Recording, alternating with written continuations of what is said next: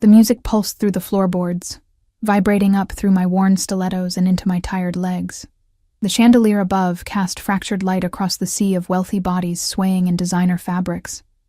I didn't belong here, not in this glittering ballroom with its crystal stemware and perfume that cost more than my monthly rent. But I needed the money, and catering paid well for these charity galas. "Emma, table 6 needs champagne refills," Maggie hissed as she passed, balancing a tray of hors d'oeuvres that probably cost more than all the groceries in my refrigerator. I nodded, adjusting the uncomfortable black bow tie of my server's uniform. The weight of exhaustion pressed down on my shoulders.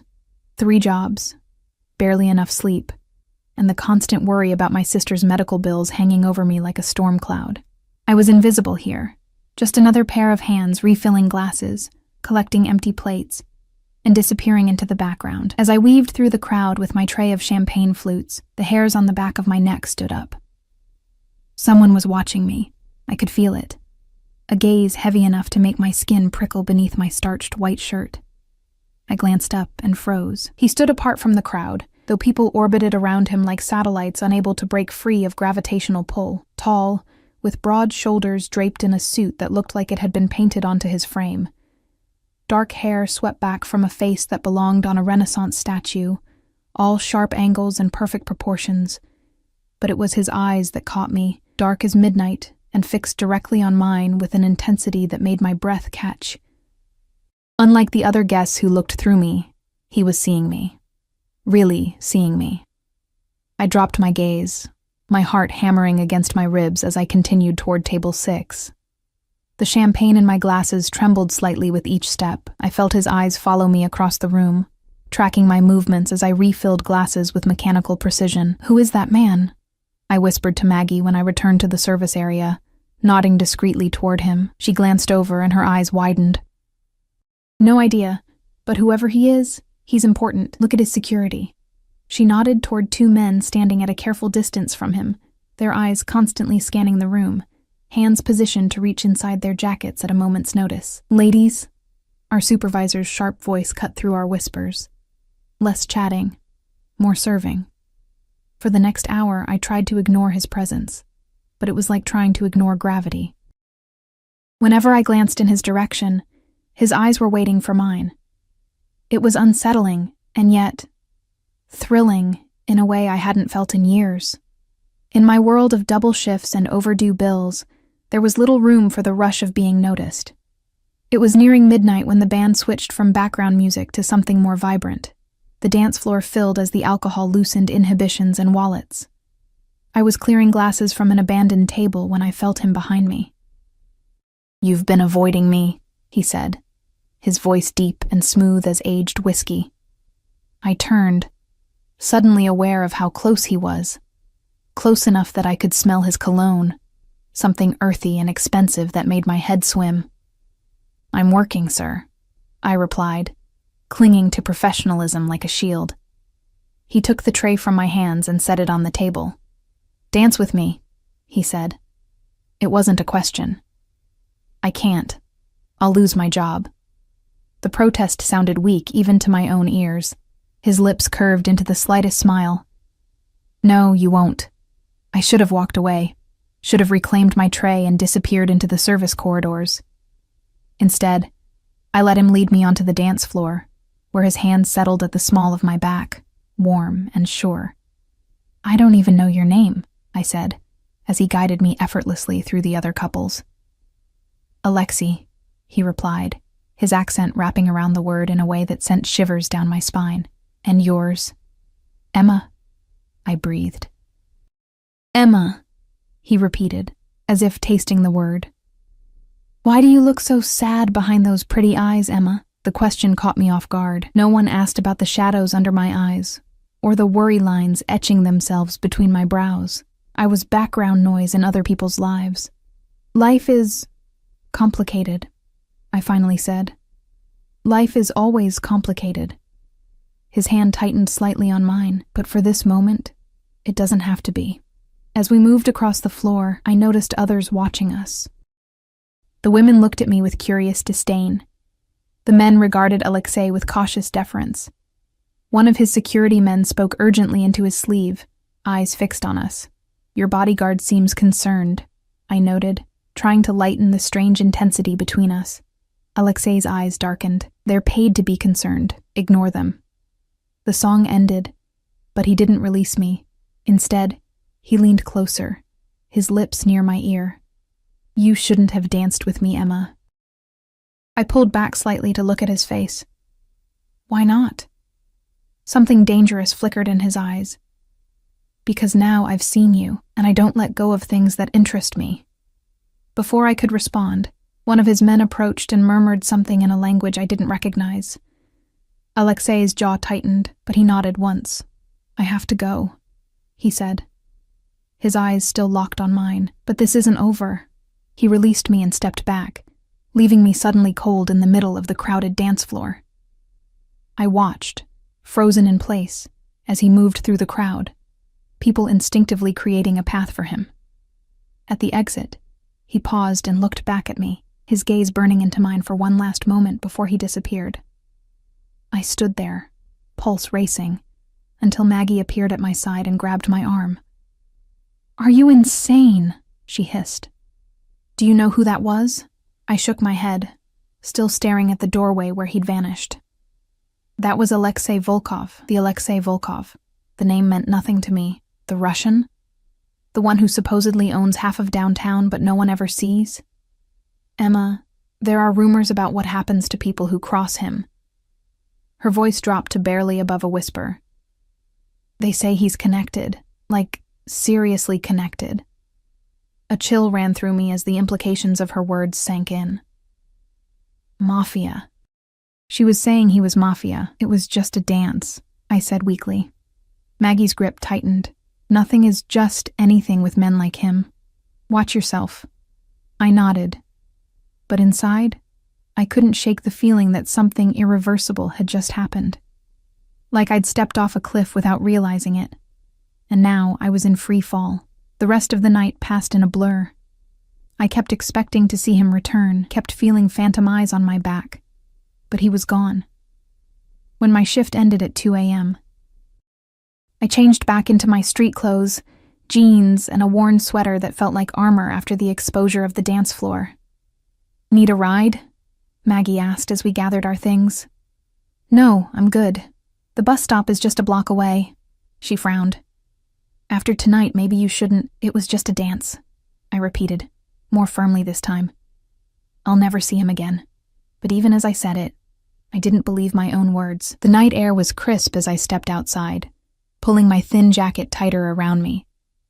The streets were quiet at this hour, the sidewalks empty except for a few stragglers leaving bars or heading to early morning shifts. I was halfway to the bus stop when a sleek black car pulled alongside me, moving at exactly my pace. My heart leaped into my throat as the rear window lowered. I kept walking, quickening my pace, eyes fixed ahead. Emma. His voice stopped me in my tracks. Slowly, I turned. Alexei sat in the back seat, illuminated by the soft interior light of the car. Behind him, I could make out the silhouette of a driver and another man in the front passenger seat. How did you know where I'd be? I asked, my voice steadier than I felt. Get in the car, Emma. It's late, and this neighborhood isn't safe. I glanced around. The street was deserted now. I think I'll take my chances. His expression hardened. That wasn't a request. The fear and something else, something I didn't want to name, coiled in my stomach. Why are you doing this? You don't even know me. I know enough. He pushed the door open wider. I know you work too hard. I know you're carrying a burden that's too heavy. And I know that someone as beautiful as you shouldn't be walking alone at this hour. His words wrapped around me like silk. Tempting and dangerous. I took a step back. Thank you for the offer, but I'm fine. Really. Something flickered across his face. Surprise, perhaps. I got the impression he wasn't refused often. At least let me drive you home. His voice softened, almost gentle now. No strings attached. I hesitated, torn between caution and exhaustion. The last bus would be arriving soon, but it would still be an hour before I got home, and I had an early shift at the diner tomorrow. Just a ride home, I said finally, stepping toward the car. His smile was slight but victorious as I slid into the leather seat beside him. The door closed with a soft, expensive thunk that seemed to seal my fate. As the car pulled away from the curb, I realized I'd just made a terrible mistake, but looking into Alexei's dark eyes, watching as satisfaction settled over his features, I couldn't bring myself to regret it. Not yet, anyway. The interior of the car smelled of leather, and Alexei's cologne, a scent I was already beginning to recognize.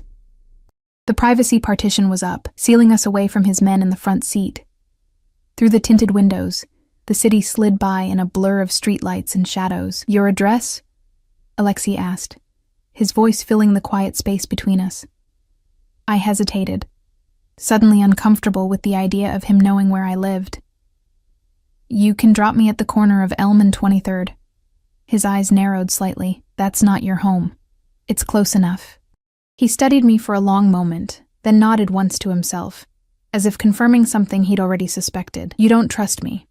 "I don't know you," I countered. "And yet you got into my car." The observation hung between us, neither accusation nor compliment, just fact. I looked away, watching the buildings grow shabbier as we left downtown behind. Maybe that was a mistake. "No," he said with such certainty that my eyes snapped back to his. It wasn't. He reached into his jacket, and I tensed involuntarily. A flicker of something, hurt, perhaps, crossed his face before he pulled out a business card. He held it out to me, but when I reached for it, he kept hold, forcing me to look at him. "My private number," he said. "Not my assistant's, not my secretary's. Mine. No one has this but you." The weight of that statement wasn't lost on me. I tugged the card from his fingers and glanced down. It was simple. Expensive cardstock with just his name and a phone number embossed in dark ink. "What am I supposed to do with this?" I asked, turning the card over in my hands. "Call me when you're ready." "Ready for what?" His lips curved into that barely there smile again. "To stop running." Before I could ask what he meant, the car slowed to a stop. We'd reached the corner I'd indicated. "Thank you for the ride," I said, tucking the card into my pocket and reaching for the door handle. His hand covered mine, warm and firm. "Emma." The way he said my name, like it belonged to him somehow, made my breath catch. "The next time I see you, it won't be by chance." I slipped my hand from beneath his and pushed the door open, needing air that wasn't filled with his presence. "Good night, Alexei." I felt his eyes on me as I walked the 3 blocks to my actual apartment building, but the car didn't follow. It remained at the corner until I was out of sight. A dark sentinel in the night. My apartment was small, barely more than a studio with a kitchenette and bathroom so tiny I had to turn sideways to get past the sink. But it was mine, paid for with countless double shifts and careful budgeting. I locked the door behind me, then double-checked it before leaning against the wall and exhaling slowly. My phone buzzed with a text message. Unknown number. "Sweet dreams, Emma." My heart stuttered. How had he gotten my number? I hadn't given it to him. The implications of that, of what else he might know about me, sent a chill down my spine. I turned off my phone without replying and tried to push the encounter from my mind as I prepared for bed, but sleep eluded me. Every time I closed my eyes, I saw his face, felt his hand at the small of my back, heard his voice murmuring in my ear. "You shouldn't have danced with me." The morning came too quickly. I dragged myself through my shift at Rosie's diner, serving pancakes and coffee to the early crowd with mechanical efficiency. My mind was elsewhere, caught between the memory of last night and worry about my sister Lily. At 30, I was 5 years older than Lily, and since our parents died in the car accident 6 years ago, I'd become her de facto guardian. Her caretaker. The one who made sure her medical bills were paid, her prescriptions filled.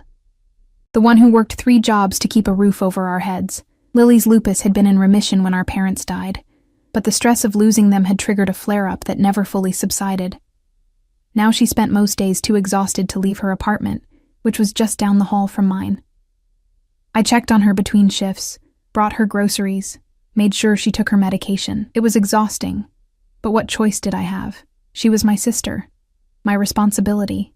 "Earth to Emma," Rosie said, snapping her fingers in front of my face. "Table 7's been waiting on their check for 10 minutes. "Sorry," I mumbled, hurrying to close out the table. By the time my shift ended at 2 p.m., my feet were screaming and my back ached from carrying heavy trays. I stopped at the pharmacy on my way home to pick up Lily's new prescription, wincing at the copay amount. Even with insurance, it was steep. I'd have to pick up an extra shift this week to cover it. When I reached Lily's apartment, I found her curled on the couch, pale and drawn. Her dark hair, so like my own, was pulled back in a messy bun, and the shadows under her eyes seemed deeper than they had been yesterday. "Bad day?" I asked, setting my bag down and moving to feel her forehead. She nodded weakly. "Couldn't sleep. The pain was worse last night." I frowned, concern and guilt twisting together in my chest. While I'd been dancing with a stranger, my sister had been suffering alone. "I got your new prescription," I said, taking the orange bottle from my bag. "Dr. Michaels thinks it might help with the inflammation." Lily took the bottle, examining the label. "How much was it?" "Don't worry about that." She looked up at me, her eyes, the same hazel as mine, filled with a familiar guilt. "Em, you can't keep doing this. You're working yourself to death for me." "I'm fine," I insisted, moving to her kitchen to make tea. It was an old argument, one we'd had dozens of times. Besides, I might have a lead on something better. The lie slipped out before I could stop it. I wasn't sure why I said it, perhaps to ease her worry, or perhaps because some part of me was still turning over Alexi's words from the night before. "Call me when you're ready." Ready for what? A job? Something else? The uncertainty should have frightened me, but instead, I found myself fingering the business card in my pocket as I waited for the kettle to boil. "What kind of lead?" Lily asked, perking up slightly. "Just someone I met," I hedged, focusing on pouring the hot water into mugs. "It might not pan out. Don't get your hopes up." She studied my face as I handed her the tea. "There's something different about you today." I forced a laugh. "Yeah, exhaustion. Looks great on me, doesn't it?" "No, it's not that." Her head tilted slightly. "You met someone." "It's not like that," I said quickly. Too quickly. A small smile played at her lips, the first I'd seen in days. "Okay, sure. Who is he?" "No one. Just a guy at the gala last night. It doesn't matter." I busied myself straightening the magazines on her coffee table. "Have you eaten today?" She allowed the subject change, and I spent the next hour making her a simple dinner and catching up on her laundry. By the time I left her apartment, the sun was setting, casting long shadows through the grimy windows of the hallway. My phone, which I'd turned back on before my diner shift, buzzed in my pocket. Another text from the unknown number. From Alexei. "Dinner tonight?" "I'll send a car at 8. Not a question. A statement. As if my agreement was a foregone conclusion. I started to type a refusal, then paused. What would happen if I said yes? One dinner. One night away from the crushing responsibility and constant worry. Was that so wrong? Before I could overthink it, I typed, "I have to check on my sister first." His response came immediately. "The car will wait." I stared at my phone, torn between irritation at his presumption and a strange fluttering excitement. I hadn't been on a real date in... I couldn't remember how long. Between work and caring for Lily, there simply wasn't time. "Fine. 8:30. And this time, I'll give the driver my actual address." I could almost feel his satisfaction through the phone. Wise choice. At precisely 8:30, a different car than the one from last night, this one a sleek silver sedan with tinted windows, idled outside my building. The driver, a stone-faced man in a dark suit, held the door open without a word. I'd spent the hour after checking on Lily ransacking my closet for something suitable. I'd settled on the only dress I owned that wasn't for work. A simple black wrap dress I'd bought years ago for a friend's wedding. It was nothing special, but it was clean and fit well enough. The car took me to a restaurant I'd passed many times but never entered. The kind of place where the menu had no prices and the waitstaff spoke in hushed tones. As the car pulled up to the entrance, my nerve nearly failed me. I didn't belong here, in this world of luxury and excess. But then the door opened, and Alexei was there, offering his hand.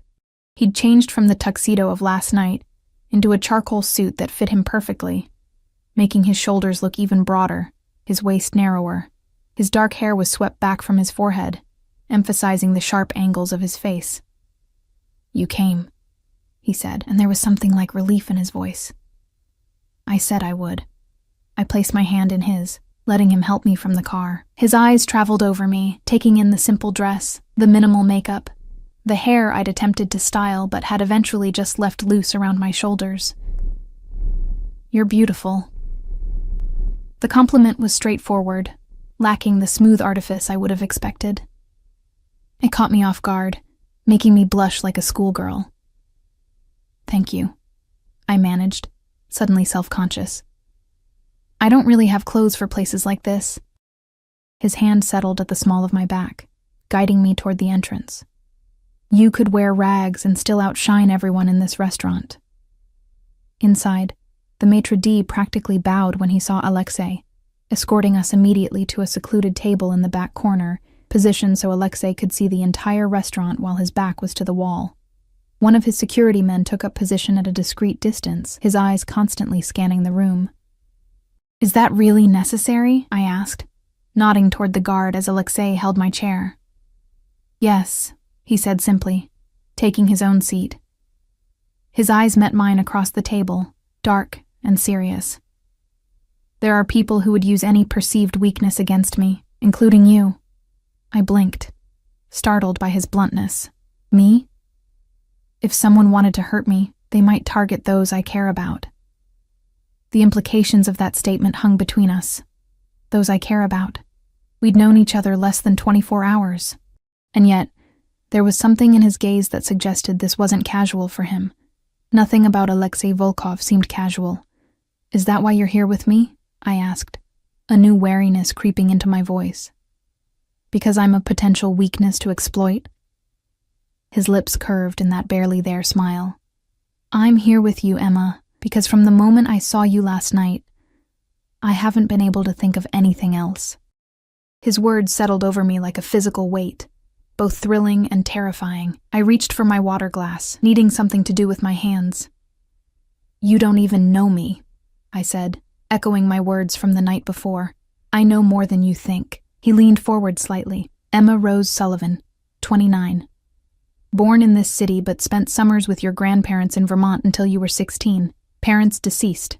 Car accident 6 years ago. Younger sister, Lily, with systemic lupus erythematosus, diagnosed at 19. You work at Rosie's Diner 5 mornings a week, the public library 3 evenings, and take catering jobs on weekends. You live in apartment 4B at 1123 Westfield Avenue, in a building with questionable electrical wiring and a landlord who hasn't fixed the broken security door in the lobby for 8 months. Each fact he recited felt like another link in a chain, tightening around me. My hand froze halfway to my mouth, the water glass trembling slightly. "How do you—" "You're drowning in medical bills and student loans. Your sister's, not yours. You dropped out of college to care for her," he continued as if I hadn't spoken. "You sleep an average of 5 hours a night, and you haven't bought yourself anything new in over a year." I set the glass down carefully, afraid I might drop it. "You've been investigating me." It wasn't a question.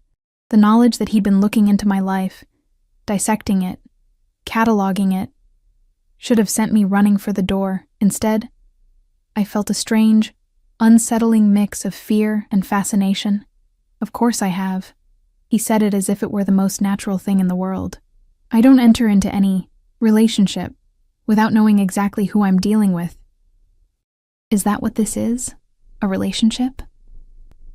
The waiter approached with menus, but Alexei waved him away with a murmured instruction I couldn't catch. The man nodded deferentially and retreated.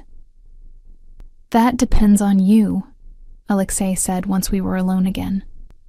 "What I'm offering isn't casual, Emma. I don't do casual." "What exactly are you offering?" His eyes held mine, unwavering. "Solutions, security, an end to your constant struggle." I stiffened. "I'm not looking for a sugar daddy." Something dangerous flashed in his eyes. "That's not what I'm offering. I'm not interested in buying you, Emma. I'm interested in having you. There's a difference." The distinction sent a shiver down my spine. not entirely unpleasant. And what would I have to do in return? Be mine. The simplicity of the statement belied its weight. Exclusively. Completely. The waiter returned with 2 glasses of champagne I didn't remember ordering. I reached for mine immediately, taking a sip to steady myself. The bubbles burst on my tongue, crisp and expensive. You're asking a lot from someone you just met, I said finally. I'm offering more. His voice softened slightly. Your sister's medical bills. Gone. A new apartment in a building with proper security, closer to her doctors. No more 60-hour work weeks just to keep your head above water. I took another sip of champagne, trying to gather my thoughts. You make it sound like you're rescuing me. Aren't I? The question hung between us as the waiter returned with our first course. Something delicate and artfully arranged that I couldn't identify. I hadn't seen Alexei order, hadn't seen a menu. Another indication of the control he was accustomed to wielding. What do you do, Alexei? I asked, though I already suspected the answer from Maggie's warning, from the security, from the way others looked at him with a mixture of fear and deference. I have interests in various businesses, he replied smoothly. Real estate primarily, some import-export operations, nightclubs, private security. Vague enough to be legitimate, specific enough to sound like an answer. I wondered how much of it was truth, how much carefully constructed facade. And these interests? They're all legal? He set down his fork, studying me. Would it matter to you if they weren't? I should have said yes immediately. Instead, I found myself considering the question seriously. I don't know, I admitted finally. I've spent my entire adult life following the rules, working within the system. And where has it gotten me? Drowning in debt, watching my sister suffer because I can't afford the treatments she needs, working myself to exhaustion just to stay afloat. Something like approval flickered in his eyes. The system isn't designed for people like you, Emma. It's designed to keep you exactly where you are, struggling enough that you don't have the energy to question why things are the way they are. His words resonated with thoughts I'd had late at night, in those moments between shifts when exhaustion made the barriers between acceptable and unacceptable thoughts more permeable. So what happens now? I asked, pushing my barely touched food aside. Now we finish our dinner. I take you home. And you think about my offer. His voice was calm, patient. I won't rush you, Emma, but I won't wait forever either. The rest of the meal passed in a blur of exquisite food I could barely taste and conversation that carefully skirted the edges of what had been laid out between us. Alexei asked about Lily, about my work, about the books I read in the stolen moments between responsibilities. He listened with an intensity that made me feel seen in a way I hadn't in years. By the time the dessert plates were cleared away, I was no closer to a decision than I had been when we sat down. Part of me, the practical, responsible part that had kept Lily and me afloat for 6 years, screamed that this was dangerous, that men like Alexei didn't offer salvation without exacting a steep price. But another part, a part I'd kept buried beneath duty and exhaustion, whispered that maybe, just maybe, it was time to stop struggling alone. Outside, the same car waited at the curb. Alexei's hand at the small of my back guided me toward it, a warm, steady pressure that I was becoming accustomed to. His security men flanked us, eyes constantly scanning the street. Where to? He asked as we settled into the back seat. Home, I said, then hesitated. I should check on Lily first. He nodded once and gave the driver my sister's address. As the car pulled away from the curb, he took my hand, his thumb tracing small circles on my palm. Thank you for tonight, I said, watching the city lights blur past the window. For what? Dinner? For making me feel... I searched for the right word. Important. Seen. His fingers tightened around mine. You are important, Emma. Whether you're with me or not doesn't change that. The car pulled up to Lily's building, and I reached for the door handle. I won't be long. I'll wait. Lily was awake when I let myself in with my spare key. She was curled on the couch in the same position I'd left her in earlier, but her color was better, her eyes brighter. Well, look at you, she said, taking in my dress. Hot date? I hesitated, then nodded, sort of. Her eyebrows rose. The mysterious guy from last night? Yeah. I moved to sit beside her on the couch. How are you feeling? Better. The new meds seem to be helping a little. She studied my face. You're different tonight. Different how? I don't know. Lighter somehow. She leaned forward, her eyes narrowing. Is that champagne I smell? Where did he take you? Just dinner. I tried to sound casual. Nothing special. Liar. But she was smiling. Tell me everything. For a moment, I was tempted to unload it all. Alexei's offer, his investigation into our lives, the sense that I was standing on the edge of something that would change everything. But the worry lines around Lily's eyes stopped me. She carried enough guilt about my sacrifices without adding this to it. There's not much to tell, I said instead. He's intense, wealthy, definitely used to getting what he wants. And what does he want? Me, I thought, completely, exclusively. I'm not sure yet, I lied.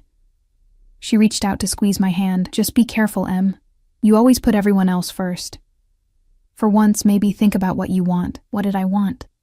The question followed me back down to the waiting car, to where Alexei sat with patient stillness, his dark eyes finding mine as soon as I opened the door. She's okay, he asked as I slid into the seat beside him. Better today, I confirmed. The new medication seems to be helping. He nodded. Good. The drive to my apartment was silent, but not uncomfortably so. When we arrived, Alexei dismissed the driver with a few quiet words in what I now recognized as Russian, then turned to me. I'd like to see where you live, he said.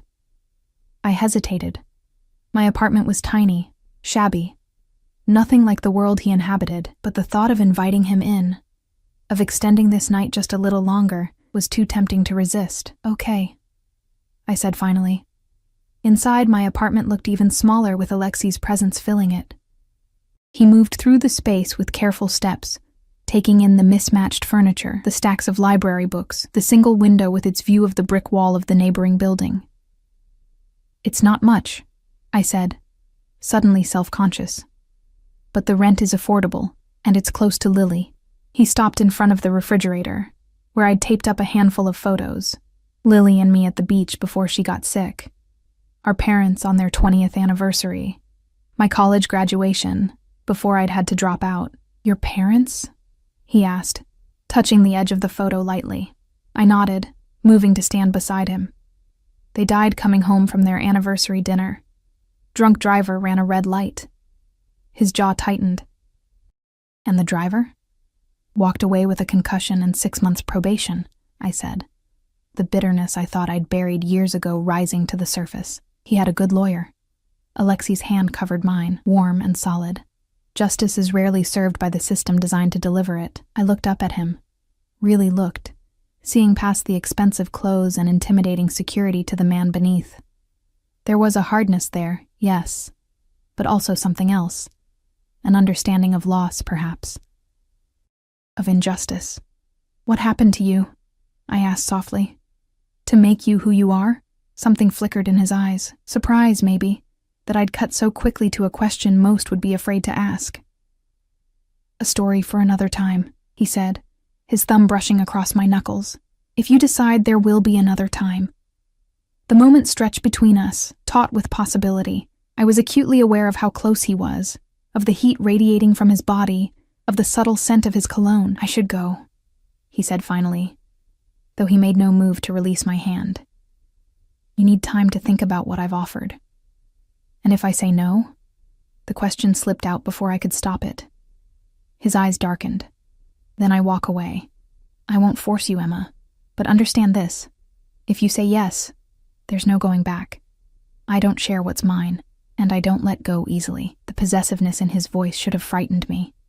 Instead, it sent a shiver of anticipation down my spine. And if I say yes, what happens then? Then you'll never have to worry about money again. Your sister will have the best care available, and you'll be mine. His free hand came up to cup my cheek, his touch surprisingly gentle for a man who radiated such contained power. In every way, my breath caught in my throat as his thumb brushed across my lower lip. I need time, I whispered. Take it. he said, his voice low. But not too much. I'm not a patient man, Emma. Then he was gone, leaving me standing in the middle of my shabby apartment, with my lips tingling from his touch, and his offer echoing in my mind. Be mine. Exclusively. Completely. I moved to the window, watching as he emerged onto the street below. One of his security men materialized from the shadows, speaking urgently into his ear. Alexei nodded once, his expression hardening. He looked up, his eyes finding my window unerringly, as if he could sense me watching. For a moment, our gazes locked across the distance. Then he slid into the waiting car and was gone. I pressed my forehead against the cool glass, my mind racing with possibilities, with fears, with wants I'd denied myself for too long. For once, maybe think about what you want. Lily's words came back to me as I turned from the window. What did I want? Security? Safety? To be free from the constant grind of barely getting by? Or did I want him? The question followed me into dreams filled with dark eyes and whispered promises of belonging. Morning came too soon, sunlight filtering through my thin curtains and pulling me from restless dreams. I reached for my phone, half expecting to see a message from Alexei, but the screen was empty. No texts, no missed calls. Just the usual notification reminding me to take Lily's prescription refill to the pharmacy. Reality crashed back, washing away the lingering sensations of last night. I had a shift at the diner in an hour, followed by a late afternoon at the library. No time to dwell on dark eyes and impossible offers. I went through my morning routine mechanically. Shower, dress, coffee from the cheap machine that made everything taste vaguely burnt. As I locked my apartment door, I found myself glancing toward the street, half expecting to see a sleek black car waiting. There was nothing but the usual morning traffic and a neighbor walking her dog. The diner was busy, the morning rush of commuters grabbing coffee and breakfast sandwiches keeping me moving at a frantic pace. It was almost noon before I had a moment to breathe, to let my mind wander back to last night. Earth to Emma, Rosie said, snapping her fingers in front of my face for the second time in as many days. You're a million miles away again. I forced a smile. Sorry, didn't sleep well. She raised an eyebrow, her weathered face creasing with concern. You pushing yourself too hard again? You know I can cut back your hours if— No, I said quickly. Too quickly. I couldn't afford to lose a single shift. I'm fine, really. Just distracted. She didn't look convinced. Well, while you were in La La Land, Table 9's been trying to get your attention. I turned toward Table 9, an apology already forming on my lips, and froze. Alexei sat alone in the booth, his dark suit and perfectly combed hair making him look wildly out of place among the diner's formica tables and vinyl booths. His security was nowhere to be seen, but I had no doubt they were close by. You know him? Rosie asked, noting my reaction. Sort of, I managed. I'll handle it.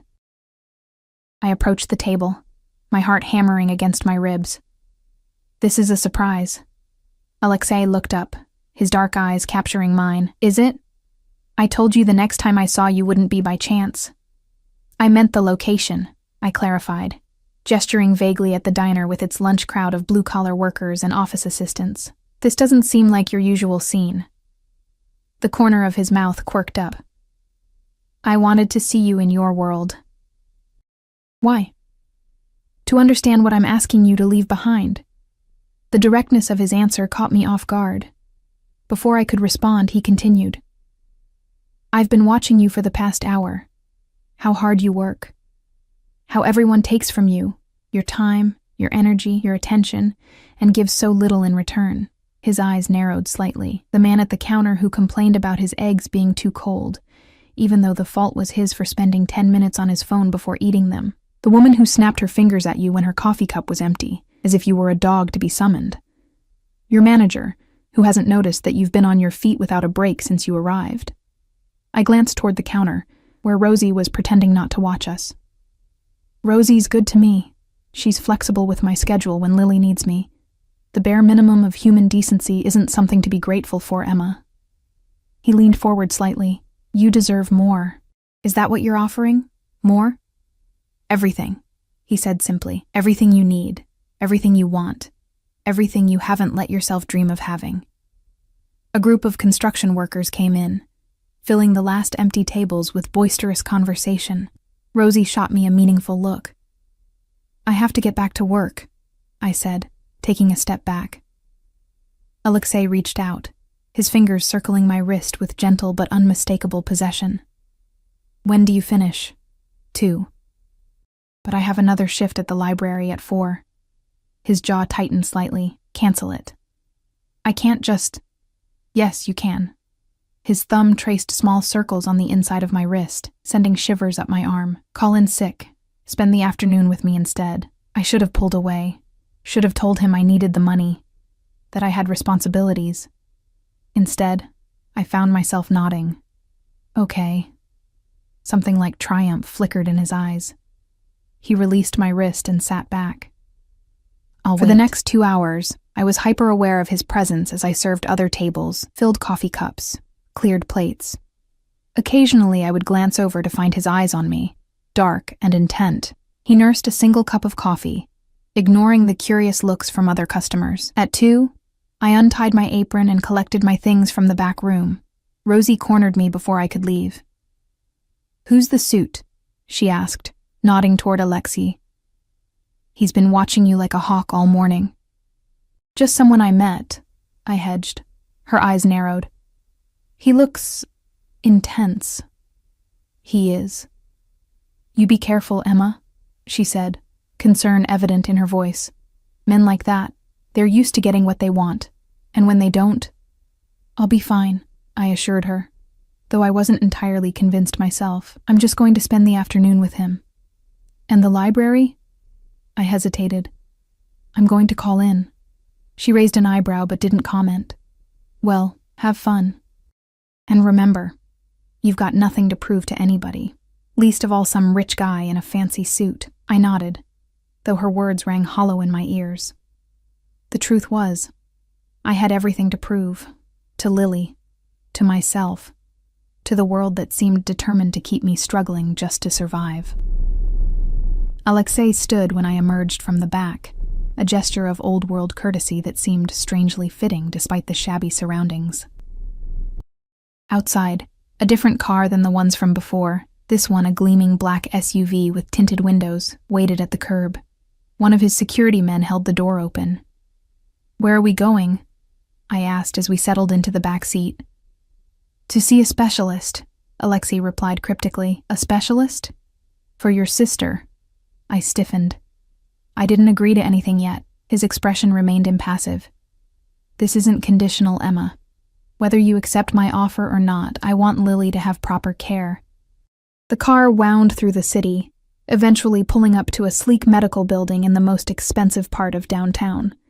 Inside, we were escorted immediately past the reception desk to a private elevator that required a keycard to operate. "What is this place?" I asked as the elevator ascended silently. "The Volkov Medical Center," Alexei replied. "My family's foundation funds research into autoimmune diseases, among other things." The doors opened onto a reception area that looked more like the lobby of a luxury hotel than a doctor's office. A woman in a tailored suit greeted us with a deferential nod. "Mr. Volkov, Dr. Lin is waiting for you." Dr. Lin turned out to be a petite, sharp-eyed woman with a no-nonsense demeanor that put me immediately at ease. She listened intently as I described Lily's condition, her treatments, the progression of her disease over the years. "I'd like to examine her, of course, Doctor," Lin said when I finished. "But from what you've described, I believe we could significantly improve her quality of life with a more aggressive treatment approach." "Her insurance won't cover most experimental treatments," I said, the familiar weight of frustration settling in my chest. Dr. Lin glanced at Alexei, then back to me. "That won't be an issue. The Volkov Foundation covers all treatment costs for patients in our research programs." I turned to Alexei, who was watching me with that same intense focus. "Why are you doing this? You don't even know Lily." "I know you," he said simply. "And I know what it's like to watch someone you love suffer when you're powerless to help them." There was something in his voice, a hidden pain, a memory, that made me wonder again about the experiences that had shaped him. Before I could ask, Dr. Lin handed me her card. "Have your sister call me to set up an appointment." she said. The sooner we can begin, the better. Outside, back in the car, I stared at the card in my hand. It represented something I'd been fighting for since Lily's diagnosis. Hope, real hope. Not the desperate kind that came from cutting corners on my own needs to afford another specialist, another treatment that might not work. Thank you, I said finally, looking up at Alexei. Whether I accept your offer or not, thank you for this. He reached out to tuck a strand of hair behind my ear, his fingers lingering against my cheek. I told you, Emma, everything you need. The rest of the afternoon passed in a blur. Alexei took me to a small, exclusive restaurant tucked away in a part of the city I rarely visited. We talked about Lily, about my parents, about books we'd read and places we'd been. He spoke of Russia, where he'd been born, of coming to America as a child with his father after his mother's death. How did she die? I asked, sensing the same shadows that hung over my own history of loss. She was killed, he said, his voice flat. By men who wanted to send my father a message. I reached across the table to take his hand. I'm sorry. He looked down at our joined hands, a flicker of surprise crossing his face. It was a long time ago. That doesn't make it hurt less. His eyes met mine, and for a moment, I glimpsed something vulnerable beneath the controlled exterior, a shared understanding of grief, of the ways loss could reshape a life. The moment passed, and he withdrew his hand. It's getting late. I should take you home. Outside, the afternoon light was fading, the city transitioning from day to night. Alexei's security men materialized as we exited the restaurant, forming a protective perimeter around us as we walked to the car. Will you be at your apartment tonight? Alexei asked as we drove through the evening traffic. Yes, I replied. I always check on Lily before bed. He nodded, as if confirming something to himself. I'd like your answer by tomorrow, Emma. The deadline, delivered in his calm, certain voice, sent a shiver down my spine. That's not much time. It's enough. You already know what you want. The only question is whether you'll allow yourself to have it. The car stopped in front of my building, but Alexei made no move to get out. Instead, he turned to face me, his dark eyes searching mine. One more thing, he said, his voice low. Whatever you decide, I want you to be sure I don't offer second chances, Emma. Once you're mine completely. The possessiveness in his tone sent a shiver through me. Half fear, half something else I wasn't ready to name. And if I say no, then this ends. The offer for your sister's treatment stands. That's not conditional. But you and I... He paused, his jaw tightening almost imperceptibly. We go our separate ways, I nodded, understanding the finality in his words. I'll have an answer for you tomorrow. His hand came up to cup my cheek, his thumb brushing across my lower lip in a touch so light it might have been imagined. Until then, I stepped out of the car into the evening air, feeling his eyes on me as I walked to my building's entrance. Only when I was inside did I hear the car pull away from the curb. My apartment felt smaller than usual, more confining. I moved through the space restlessly, picking things up and putting them down again, my mind racing with possibilities, with fears, with wants I'd denied myself for too long. At 9, I went to check on Lily as promised. She was sitting up in bed, her color better than it had been in weeks, a book open on her lap. Hey, she said, smiling as I entered. I was about to call you. I have news. I perched on the edge of her bed, noting the excited gleam in her eyes. What kind of news? I got a call from a Dr. Lin at the Volkov Medical Center, she said, reaching for a business card on her nightstand, identical to the one in my purse. She said they're doing a research study on lupus treatments and wanted to know if I'd be interested in participating. All expenses paid, Emma, even transportation to and from appointments. My heart stuttered. Alexei had moved quickly. That's amazing. I know. I looked them up online. They're like super prestigious, the cutting edge of autoimmune research. Her eyes narrowed slightly. You don't seem surprised. I hesitated, torn between truth and evasion. I might have had something to do with it. What do you mean? The guy I've been seeing, his name is Alexei Volkov. The medical center belongs to his family. Lily's eyes widened. Volkov. As in, the Volkovs? Emma, they're like billionaires. Old money mixed with new tech, and she broke off, staring at me. How did you even meet someone like that? At that charity gala I worked last week, I said, fiddling with the edge of her blanket. We danced, and then it just sort of happened. She studied my face, her expression shifting from excitement to concern. There's more to it than that, isn't there? What aren't you telling me? I sighed, knowing I couldn't hide the truth from her, not when it affected her so directly. He's offered to take care of us, Lily. Both of us. Your medical bills, a new apartment closer to your doctor's, everything. Her eyes widened. In exchange for what? Me, I said simply. He wants a relationship, an exclusive commitment. A relationship? She repeated, skepticism clear in her voice. Men like that don't just offer to solve all your problems because they want to date you. What does he really want? I thought about Alexei's words. Be mine, exclusively, completely. I think he wants to own me, I admitted. Not literally, but he's very possessive, controlling. That sounds... Lily trailed off, clearly searching for the right word. Dangerous. Maybe, I agreed, but also liberating in a way. To not have to make every decision, carry every burden alone. I looked down at my hands, at the calluses from years of hard work, the chipped nail polish I never had time to maintain properly. I'm so tired, Lily, of struggling, of never having quite enough, of watching you suffer because I can't afford better care. So you'd what? Be his mistress? His kept woman? There was no judgment in her voice, just concern. I don't know exactly. That's part of what scares me. He's intense. Secretive. There are aspects of his life, his business, that I'm not sure I want to know about. You think he's involved in something illegal? Again, not a question. I nodded slowly. Probably. Yes. Lily reached out to take my hand. What are you going to do? I don't know yet, I admitted. He wants an answer tomorrow. She squeezed my fingers. Whatever you decide, I'm with you. But her eyes, so like my own, held mine steadily. Don't do this for me. If you say yes to him, make sure it's because it's what you want. I left Lily's apartment with her words echoing in my mind. Make sure it's what you want. But what did I want? Security? Safety? Freedom from the constant grind of barely getting by? Or did I want him? The question followed me back to my apartment, where I curled up on my worn sofa and tried to imagine what life with Alexei would be like. Luxury, certainly. Protection.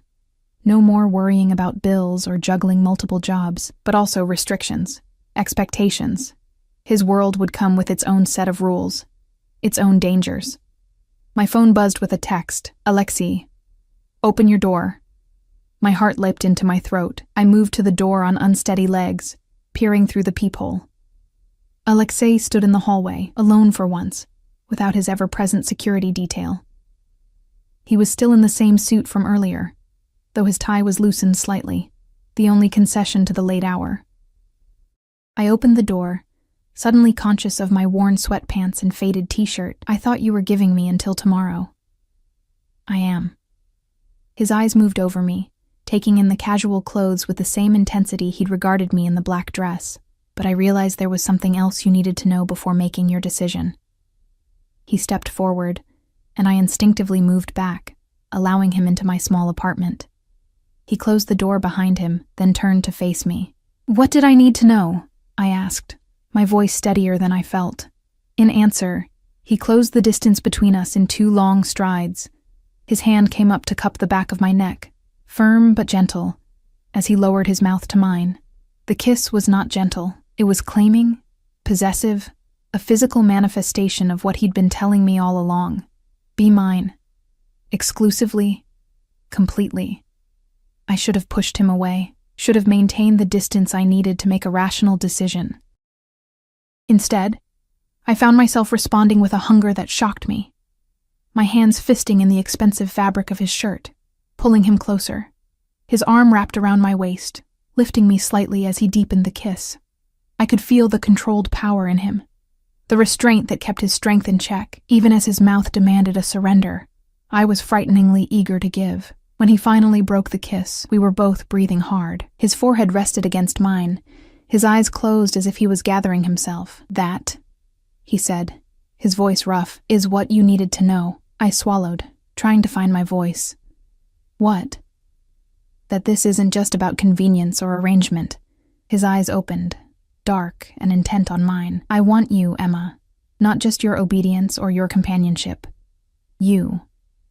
The raw honesty in his voice stripped away my last defenses. I reached up to touch his face, my fingers tracing the sharp line of his jaw. "I'm scared," I admitted. "Good."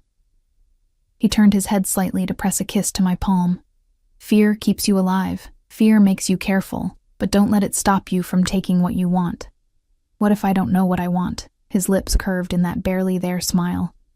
"You know. You've known since the moment we danced." And he was right. Beneath the fear, beneath the practical considerations and the moral qualms, there had been a recognition, a sense that whatever this was between us, it was inevitable. "Stay with me tonight," I whispered, surprising myself with the boldness of the request. Something flashed in his eyes. Desire, triumph, possession. "Are you sure?" I nodded, beyond words. He studied my face for a long moment, then stepped back, putting a deliberate distance between us. "No." I blinked, confused by the rejection. "But I thought—" "When you come to me," he said, his voice low and controlled, "it will be with your eyes wide open, knowing exactly what you're agreeing to. Not in the heat of the moment, not out of loneliness or desperation, but because you've chosen it, chosen me, with full understanding of what that means." He moved to the door, his hand on the knob. "Tomorrow, Emma, I'll send a car at 7. Either you'll be in it, or you won't. And we'll both have our answer." Then he was gone, leaving me standing in the middle of my tiny apartment with my lips still tingling from his kiss, and a decision to make that would change everything. I slept fitfully, dreams filled with dark eyes and whispered promises. When morning came, I moved through my routine in a daze, my mind still circling the same questions, the same fears, the same wants. At 6, I called Rosie and quit my job at the diner. Then I called the library and did the same. By 6:30, I was standing in front of my closet, staring at the meager collection of clothes, none of which seemed right for the occasion. In the end, I settled on jeans and a simple blouse, clothes that represented the life I was considering leaving behind. At precisely 7, my phone buzzed with a text. "The car is waiting." I took one last look around my apartment, at the life I'd built from necessity and sacrifice. Then I picked up the small bag I'd packed, just essentials, nothing I couldn't leave behind, and walked out the door. The same sleek black car from the day before idled at the curb, the driver standing beside the open rear door. There was no sign of Alexei. "Where are we going?" I asked as I slid into the back seat. "Mr. Volkov's residence," the driver replied, closing the door with a soft thunk that seemed to seal my decision. The city gave way to more exclusive neighborhoods, houses set back from the street behind walls and security gates. Eventually, we turned onto a private drive that wound through carefully landscaped grounds to a house that could only be described as a mansion. Modern, all clean lines and glass, overlooking the water. The driver led me inside, through a soaring entryway and into a living room with floor-to-ceiling windows that framed a spectacular view of the bay. Alexei stood with his back to me, looking out at the water, a glass of amber liquid in his hand. "She's here, sir," the driver announced before disappearing, leaving us alone. Alexei turned slowly, his dark eyes taking in my presence, my simple clothes, the small bag I still clutched in my hand. Something passed over his face. Relief, perhaps, or triumph, before his features settled back into their usual controlled mask. "You came," he said, setting his glass aside and moving toward me. "I came," I confirmed, my voice steadier than I expected. He stopped a few feet away, studying me with that intense focus I was beginning to recognize. "Are you sure, Emma?" There's no going back from this. I took a deep breath. Before I answer, I need to know something. Ask. The businesses you mentioned, real estate, import-export, nightclubs, how much of that is legitimate? A flicker of surprise crossed his face, as if he'd expected a different question. Some of it, not all. Are you... Mafia? The word felt strange in my mouth, too melodramatic for the man standing before me, and yet somehow fitting. That's an oversimplification, he said, his tone measured. But yes, I'm involved in what you would call organized crime. My father built an empire in Russia. When he brought me to America after my mother's death, he established a new branch of that empire here. When he died, I inherited it all. Have you killed people? The question slipped out before I could stop it. His eyes never left mine. Yes. I swallowed hard. Recently? Not personally. Not for some time. He took a step closer. I have people for that now. The frank admission should have sent me running for the door. Instead, I found myself nodding slowly, processing the information. If I say yes to you, would I be expected to participate in any of that? No, he said firmly. That part of my life would remain separate from you. Your only responsibility would be to me. And what exactly would that mean? Being yours. He closed the remaining distance between us, his hand coming up to cup my cheek. It means you live here, with me. It means you don't work, not at diners or libraries or anywhere else. Your job becomes taking care of yourself, and occasionally accompanying me to social functions. It means you answer to me, not to the world. And Lily? She'll have the best medical care available. A comfortable apartment nearby where you can visit whenever you want. Her bills, her medications, everything taken care of. It sounded too good to be true, and in my experience, things that sounded that way usually were. What's the catch? His thumb brushed across my cheekbone. Exclusivity, loyalty, obedience in certain matters, primarily those concerning your safety. I have enemies, Emma. Being with me will put you in their sights. Hence the security. He nodded. They'll be with you whenever you leave the house. It's non-negotiable.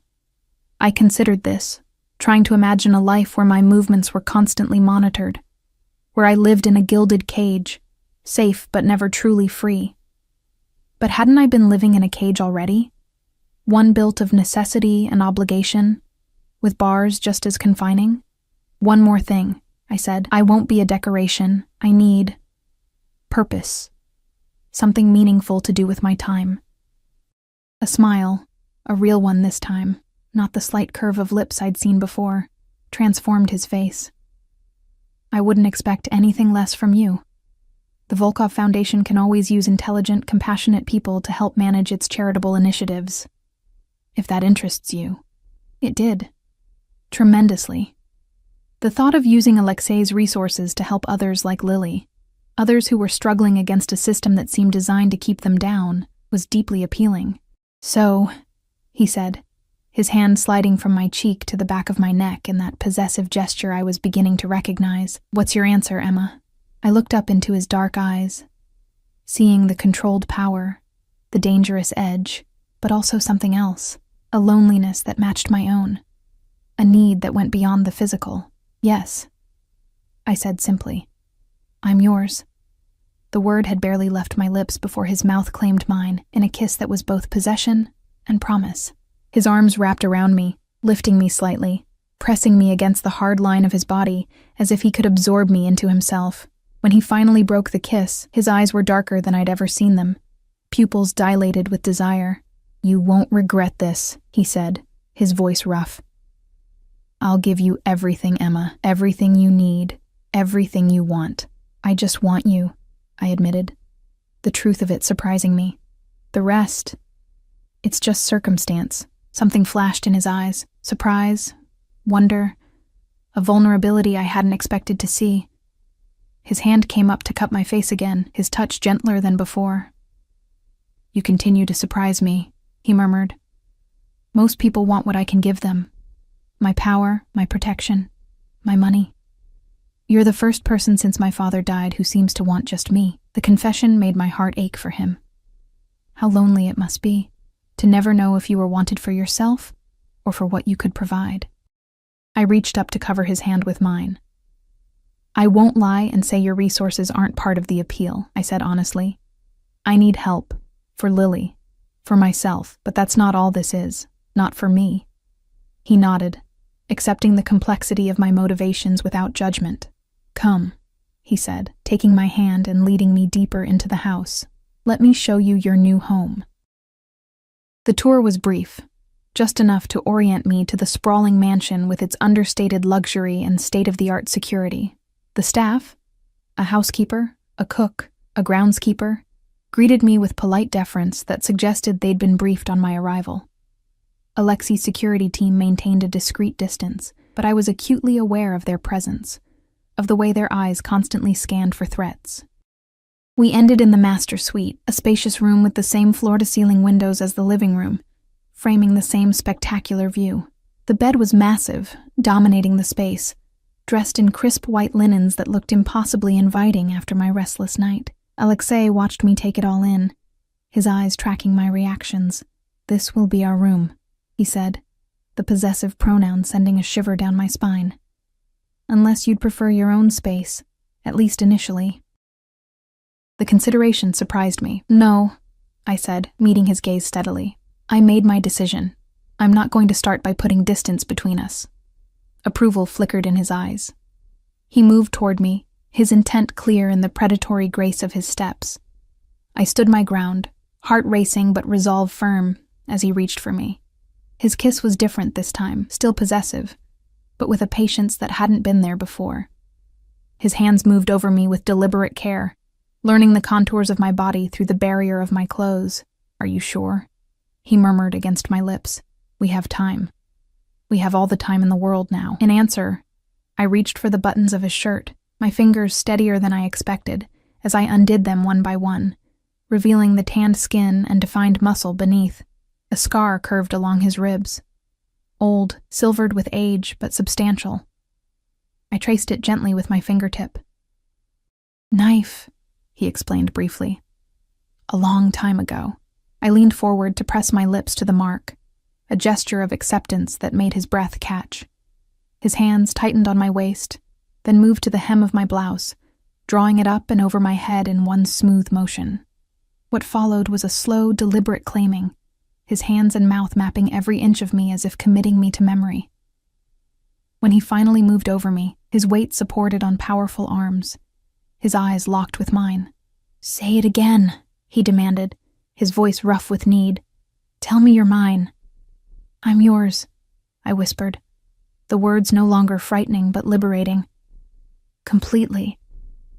His control fractured then, desire overriding restraint as he claimed me in the most primal way possible. It was possession, yes, but also connection, a joining that felt like coming home to a place I hadn't known existed. Afterward, as we lay tangled in the sheets, my head on his chest and his fingers tracing idle patterns on my back, I felt a sense of peace that had eluded me for years. The constant worry, the grinding anxiety of never having enough, had receded, replaced by a different kind of tension. The awareness that I now belonged to a man whose world operated by rules I was only beginning to understand. What are you thinking? Alexei asked, his voice rumbling beneath my ear. That I've jumped into the deep end without knowing how to swim, I admitted. His chest shook with silent laughter. Then it's fortunate that I'm an excellent swimmer. I propped myself up on an elbow to look at him, studying the sharp planes of his face, the dark eyes that watched me with such intensity. What happens now? Now, he said, brushing a strand of hair from my face. We begin. I'll have your things brought from your apartment. Anything you want to keep. The rest we'll replace. Tomorrow, we'll visit your sister, make arrangements for her treatment, and then... His hand slid possessively down my spine. Then we'll see what kind of life we can build together. A life where I belong to you, I said, testing the words, the concept. A life where we belong to each other, he corrected, surprising me again. I may be possessive, Emma, but don't mistake that for ownership. What I want from you can't be taken, only given. I settled back against his chest, listening to the steady beat of his heart beneath my ear. Outside, the sun was setting over the bay, painting the water in shades of gold and crimson.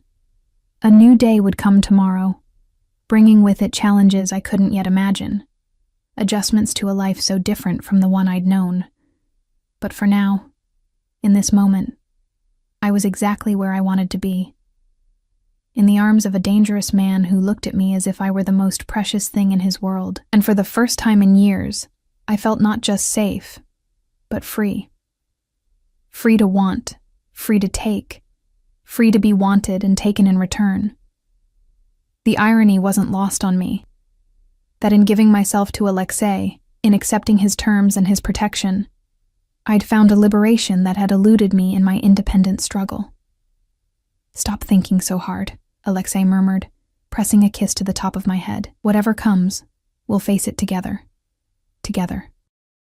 The word echoed in my mind as I closed my eyes, surrendering to exhaustion and the soothing rhythm of his breathing. Whatever I had just stepped into, whatever dangers or complications awaited, I wasn't alone anymore, and that, perhaps, was the greatest gift of all.